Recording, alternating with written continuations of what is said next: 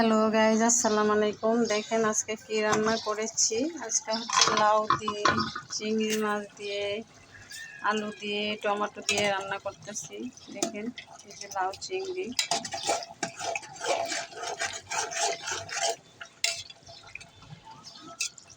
দেখছেন, লাউ দিয়ে চিংড়ি মাছ রান্না করতেছি। তো হচ্ছে লাউয়ের ছোলকা ভাজি করলাম আলু দিয়া। তো কেমন হয়েছে আমার ভিডিওগুলা, কেমন হয় আপনাদের? যদি ভালো লাগে অবশ্যই কমেন্ট করবেন আর সাবস্ক্রাইব করে দিবেন।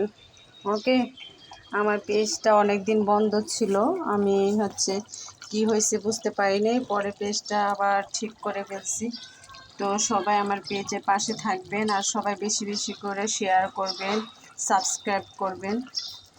আর কি, যদি আমার রান্নাবান্না আপনাদের পছন্দ হয় অবশ্যই করবেন।